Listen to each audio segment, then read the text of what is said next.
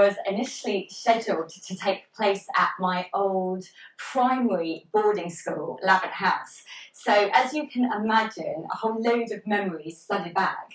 And I remembered one specific time when me and a few girls stumbled across a pot of red paint and thought it would be a really good idea to walk to the bottom of the drive and attempt to replace the grand sign, welcome to Lavant House, with welcome to Butlins.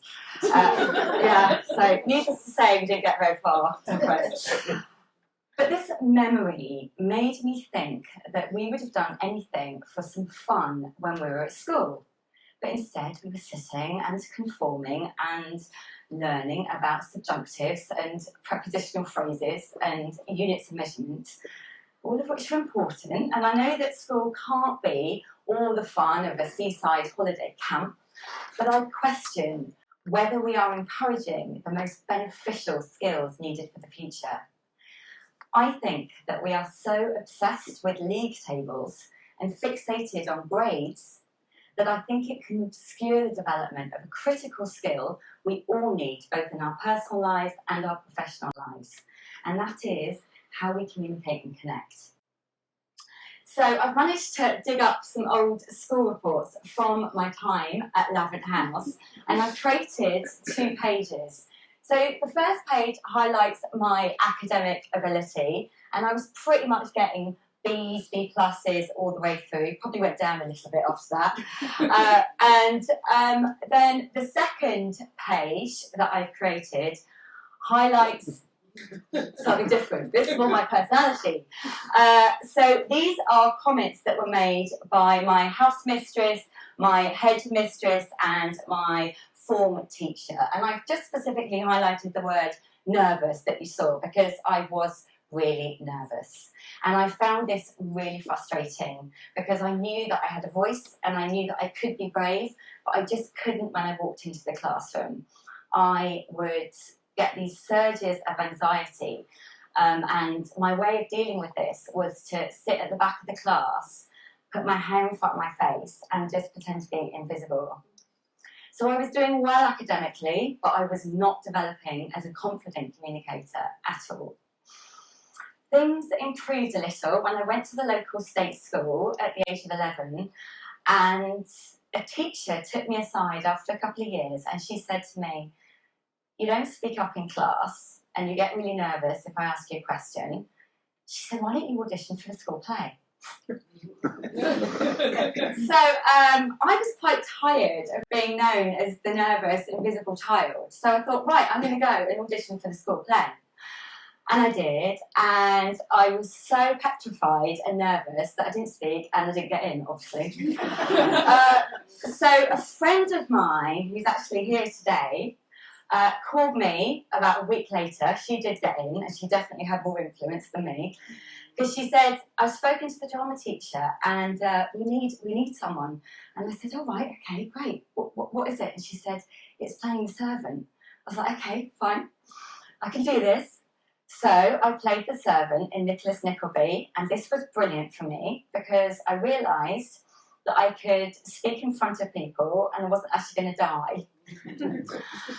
So after this, I did anything to push myself outside my comfort zone, and drama and dance and music proved vital in terms of helping me manage that anxiety and develop as a more confident communicator.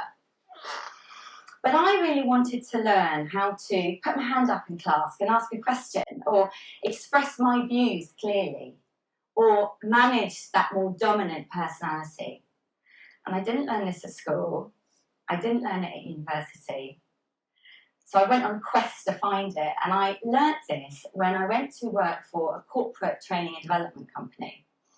And we trained about 80% of leaders from well-known blue-chip organisations to communicate. And what was fascinating is that companies were paying thousands of pounds for one-day training. And I was seeing directors and senior managers come onto our programmes and go back, and they would continually win pitches, or they would considerably raise the staff motivational levels. So it was really clear that communication training was quite transformational. So I thought, actually, it's not just the people at the top that need this, it's the graduates, it's the middle managers, people trying to get to the next level. So I went off and I studied various training and coaching models and co-developed some programs with the people that worked there to help the graduates and the middle managers get to the next level. And then things changed for me in 2003 when my mum had a nervous breakdown and she went into a hospital. And me, my sister, my brother and I would go and see her. And sometimes we couldn't understand what she was saying, and sometimes she just wouldn't speak at all. And one day I was sitting on the bed, and there was an A4 notepad by her bed, and she had clearly written down how she felt. So I commented about this to the nurse, and the nurse said, this is how we can encourage communication and encourage healing. So I learnt more about the importance of communication throughout this whole process with my mum than any work or any study that I've done. And I saw that you need good communication to progress in the business world. You need communication to help you unravel difficulties in your personal world.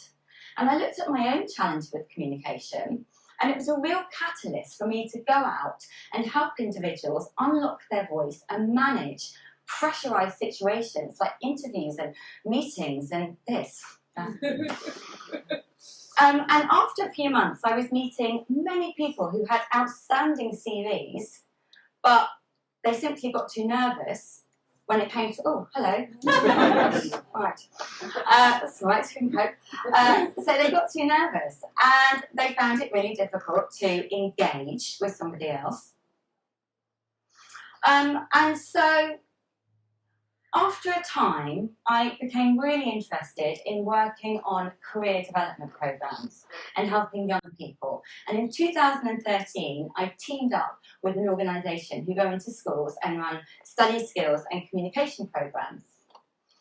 And at the beginning of the year, I realised that I've trained over 10,000 people now. And when you do go into a variety of organisations and schools, you see some magnificent leaders and some wonderful teachers, but you also notice a lot of gaps. When I go in, I always ask Year 7 in a secondary school, who wants to come out and present back their work? And I get this competitive show of hands. And then I ask Year 8, and I ask Year 9, and I usually get about 30 or 50% of people who want to come out and share their views. And then I go up the years and I ask Year 10 and 11, and I usually get about 1 or 2 people who want to come out. Apart from in a handful of schools. I was in a school in North London a few months ago, and all the Year 11s wanted to come out and they wanted to share their ideas. And so I said to the headmistress at lunch when I met her, wow, all the students wanted to come out and they wanted to present. And she said she made communication, particularly the spoken word, a priority. And so it inspired a confidence in the students. But why does this matter? I'm going to share with you 3 reasons today. So firstly, Jack Ma, the billionaire businessman, reported from the World Economic Forum at the beginning of the year that more than 800 million jobs could be replaced by robots in the year 2030. He said that robots will soon be able to do what humans do. So he urged teachers to teach differently, to start teaching human skills, like independent thinking, like communication skills. He said if we don't, we're going to be in some trouble for now. Also, my son will be an adult then, so how are our children going to compete with robots? Secondly, technology. I love it, and I know that I can be a bit of a phone junkie, but I do think that it's damaging the way that we converse. And what I mean by this is that we are so used to texting and emailing, and you can constantly be in control of how you're being perceived, and you can project perfection. But then you have to go into a meeting, or an interview, or a presentation, and you don't feel good about yourself, because suddenly you're not in control of how you're communicating anymore. And actually, it's the vulnerabilities and the imperfections and the messiness of being human that give us that character and inspire and connect to other people. I was in a school a few weeks ago called Alfreton Community College, and a few days before that, Andrea Safraku won the World Best Teacher of the Year award. So I was really interested by this, and I was working with some GCSE students, and I said, so why do you think that she won the award? And Abdul put his hand up, and he said, well, she speaks our language. She's different. So how's she different? He said, well, she's childlike, she's playful. But that to me sounds like the human spirit and character connecting. But thirdly, and the subject that's close to my heart, is mental health. More than 1 in 4 people, according to Dispatches recently, will suffer from mental health problems in the future. And I, like many other people in this world, have seen the full spectrum, from the boy who approached me recently to tell me that he had mild depression, right the way through to the black hole that eventually so tragically took my mum. Talking, listening, understanding the impact that we have on others can alleviate suffering. So if we want our children to compete with robots, to fight for what they believe, to inspire other people with their views and their ideas, then we need to be encouraging communication skills at school. How do we do this? Lots to explore here, but I would suggest we make well-being a priority and a visible part of the culture at school, not just a room at the end of the corridor that doubles up into the stationery cupboard. Also, encourage debating, encourage presentation skills, encourage performances. I actually phoned a school that's near me called Fern Hill, and they have an initiative called Fern Speak, and I'm really interested by this. I wanted to find out more. So I called them, and they told me that all the students go through presentation skills programs, and they run monologues and duologues, and she said to me that it had made a big difference to how confident the students felt. Not only in all of their subjects, but it had helped them reveal skills that they simply didn't know they had. And I would love to see these initiatives in all schools. So I'm still that nervous girl,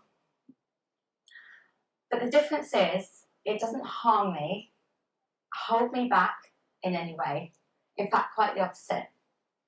Thanks to a few people, I know how to turn it into an energy that continues to take me down this wonderfully wonky path of unpredictability, exploration and discovery.